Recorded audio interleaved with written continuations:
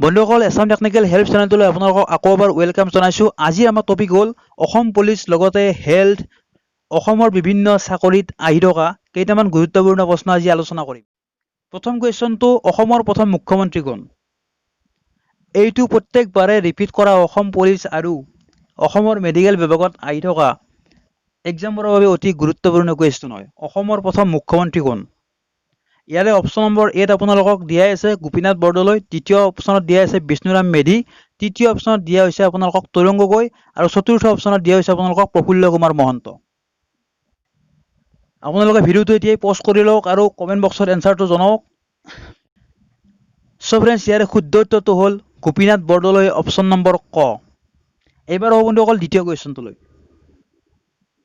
দ্বিতীয় কুৱেশ্যনটো হ'ল অসম পুলিচৰ বাবে অতি গুৰুত্বপূৰ্ণ কুৱেশ্যন। এইটো অসম পুলিচত আহিব ফাইনেল 100% মই লিখি দিছোঁ। এইটো কুৱেশ্যন আপোনালোকৰ অসম পুলিচত আহিবই।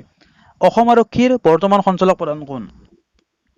অপশ্যন নম্বৰ 1 আপোনালোকৰ Kuladhar Saikia, option number 2 Bhaskarjyoti Mahanta, option number 3 Mukesh Agarwala, option number 4 Khagen Sharma.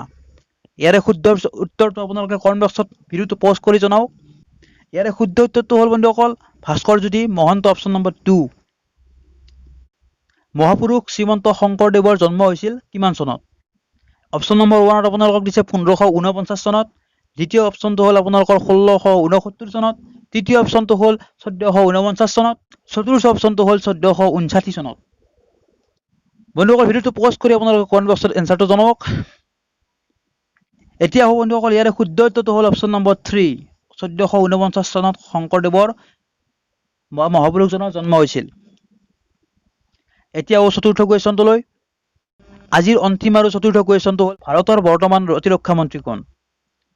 1 number answer আছে ইয়াতে অমিত শ্বাহ, দ্বিতীয় নম্বৰ অপশ্যনত আছে নিৰ্মলা সীতাৰমণ, তৃতীয় নম্বৰ অপশ্যনত আছে পীয়ুষ গোৱেল আৰু চতুৰ্থ অপশ্যনটো হ'ল ৰাজনাথ সিং। আপোনালোকে ভিডিঅ'টো পষ্ট কৰি ইয়াৰে শুদ্ধ এনচাৰটো কমেণ্ট বক্সত জনাওক। ইয়াৰে শুদ্ধ উত্তৰটো হ'ল অপশ্যন নম্বৰ 4 ৰাজনাথ সিং। বৰ্তমান ভাৰতৰ প্ৰতিৰক্ষা মন্ত্ৰী হ'ল ৰাজনাথ সিং। ইয়াৰ অপশ্যন নম্বৰ 4 শুদ্ধ। কিন্তু বহুত ল'ৰা ছোৱালীয়ে এতিয়াও ভাবি আছে নিৰ্মলা সীতাৰমণ, কাৰণ যোৱাবাৰ আছিল নিৰ্মলা সীতাৰমণৰ পিছত এইবাৰ ৰাজনাথ সিঙক দিয়া হৈছে আৰু নিৰ্মলা সীতাৰমণক দিয়া হৈছে বিত্তমন্ত্ৰীৰ দায়িত্ব। অমিত শ্বাহ আছে আমাৰ গৃহমন্ত্ৰী, পীয়ুষ গোৱেল হ'ল আমাৰ ৰেলৱে মন্ত্ৰী হ'ল পীয়ুষ গোৱেল। গতিকে এইখিনি আপোনালোকৰ গুৰুত্বপূৰ্ণ কুৱেশ্যন। যদি ফ্ৰেণ্ডছ ভিডিঅ'টো চাই অলপমান হ'লেও ভাল পাইছে তেনেহ'লে লাইক আৰু শ্বেয়াৰ কৰিব আৰু প্ৰশ্নকেইটা যদি আপোনালোকে গুৰুত্বপূৰ্ণ বুলি ভাবে তেনেহ'লে লিখি ৰাখিব। মই কৈ দিছোঁ বন্ধুসকল ইয়াৰে দুটা কুৱেশ্যন আপোনালোকৰ প্ৰত্যেক গভৰ্ণমেণ্ট জবত আহিবই, কিয়নো ইয়াৰে গোটেইকেইটা প্ৰশ্নই ইম্পৰ্টেণ্ট আহি থাকে, কিন্তু আপোনালোকৰ দুটা প্ৰশ্ন হ'লেও আপোনালোকে ইয়াতে কমন 100% পাবই।